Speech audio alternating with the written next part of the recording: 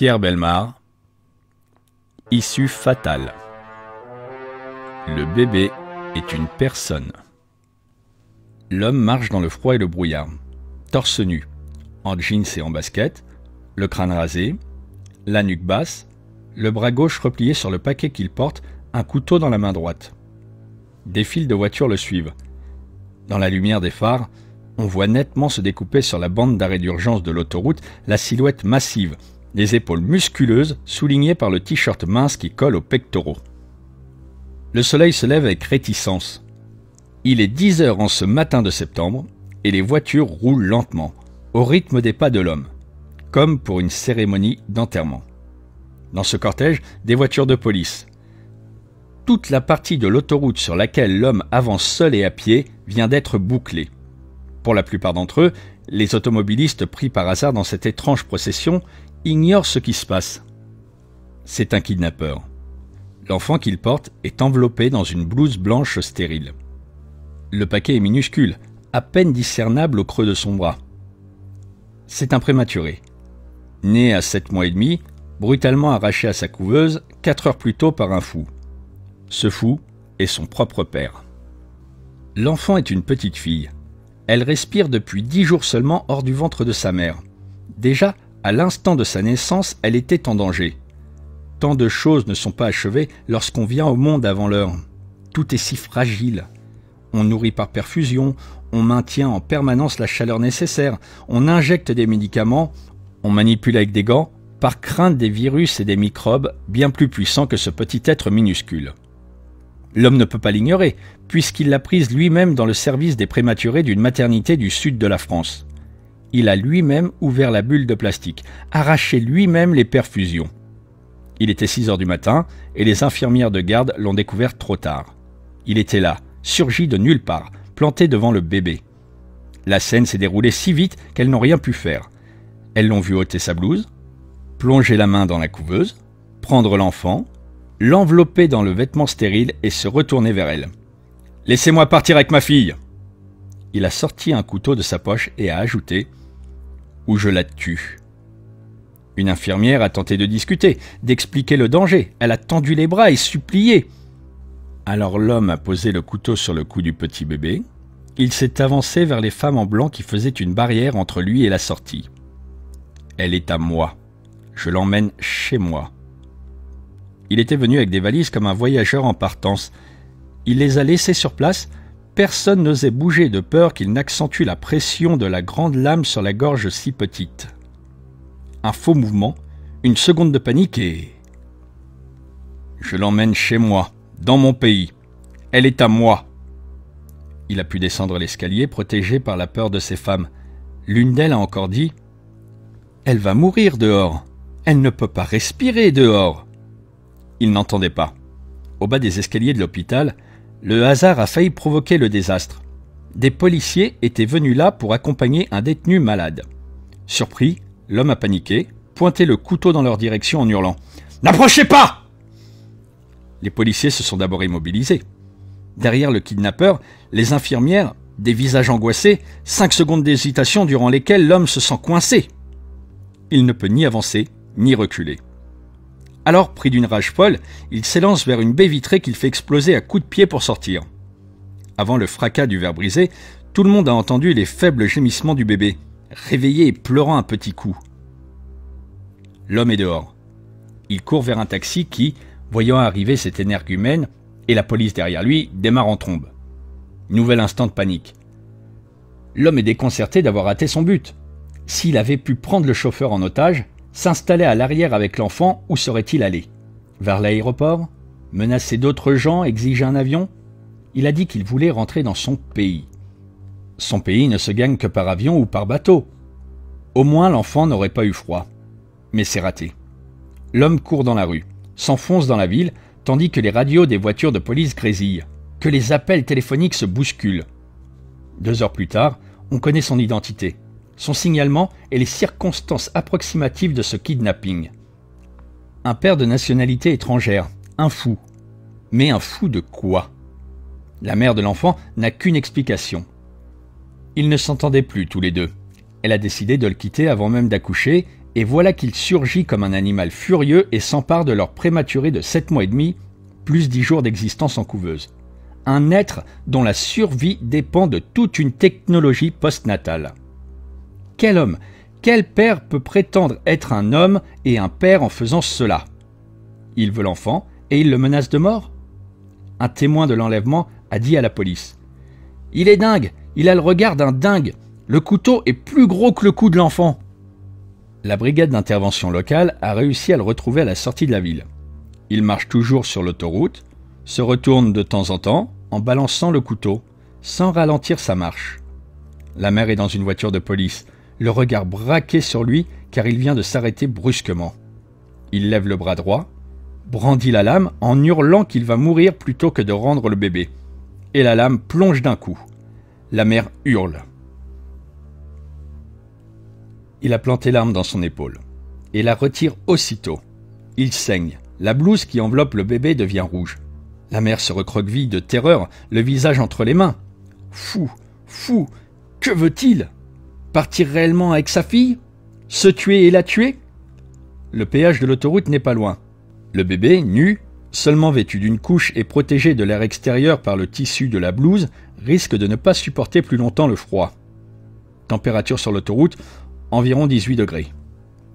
Température nécessaire à un prématuré, impérativement 37 degrés en permanence et en vase clos. Ajoutez à cela la déshydratation extrêmement rapide. L'homme a ralenti sa course. Il fatigue. Il n'a pas cessé de marcher depuis 6 heures du matin et a dû parcourir maintenant plus de 20 km.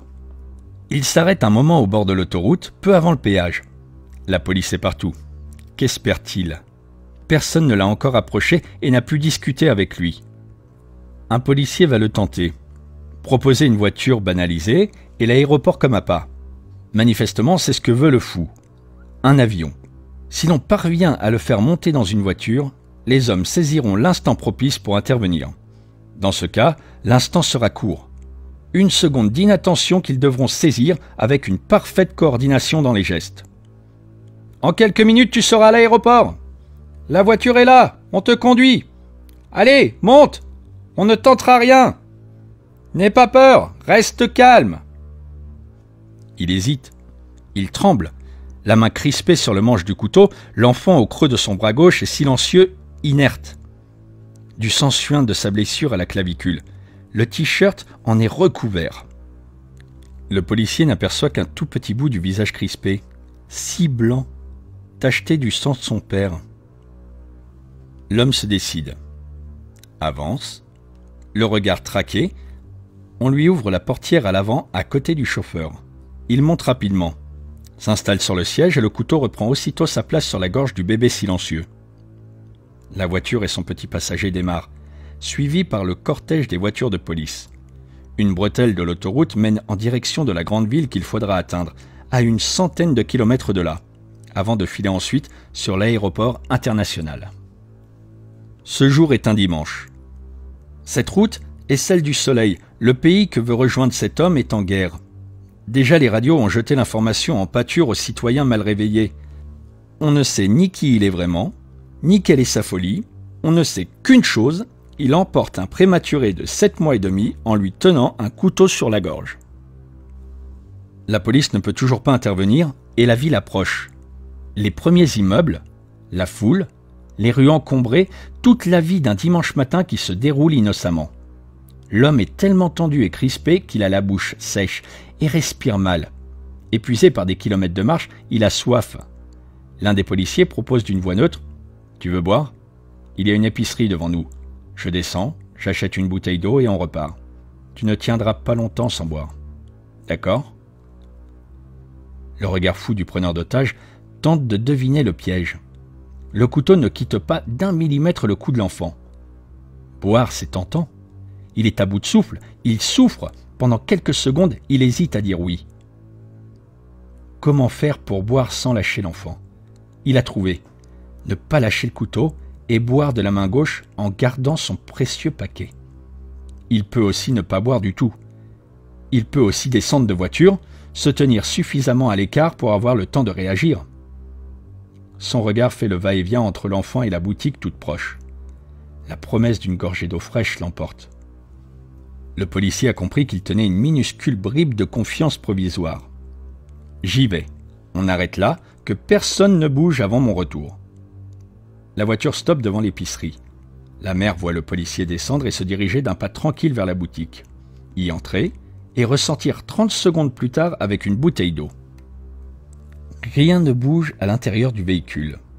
Les autres voitures ont stoppé. Les hommes de la brigade d'intervention ont avancé lentement. Ils entourent le kidnappeur en surveillant la route. Quelques passants jettent un œil curieux sur ce rassemblement, s'arrêtent et un policier les écarte rapidement.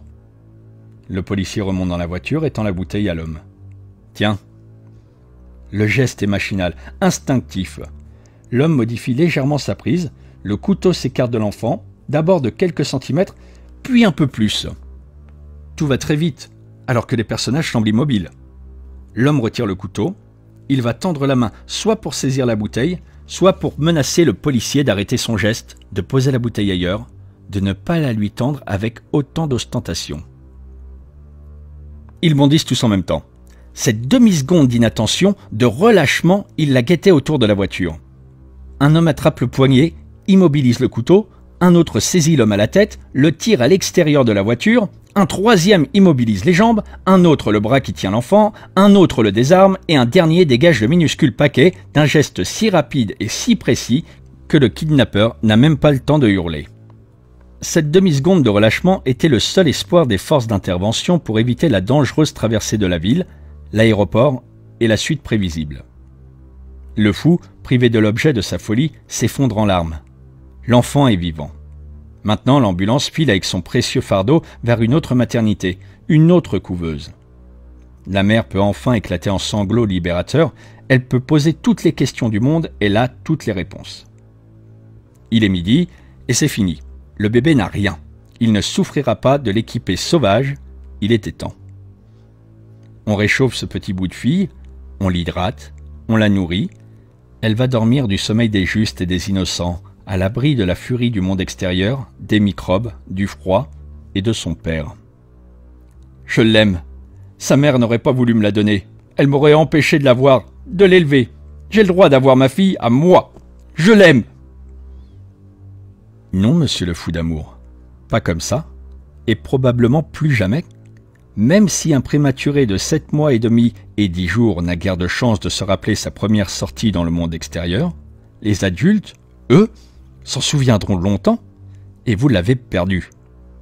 D'ailleurs, qui sait si le tout petit ne comprend pas et ne se souvient pas de la souffrance? Savez-vous qu'il suffit de faire une grimace pour qu'il grimace? De geindre pour qu'il ait peur? De pleurer pour qu'il pleure? De hurler pour qu'il hurle? Et de sourire pour qu'il vous rende votre sourire? Le bébé est une personne, qu'on se le dise.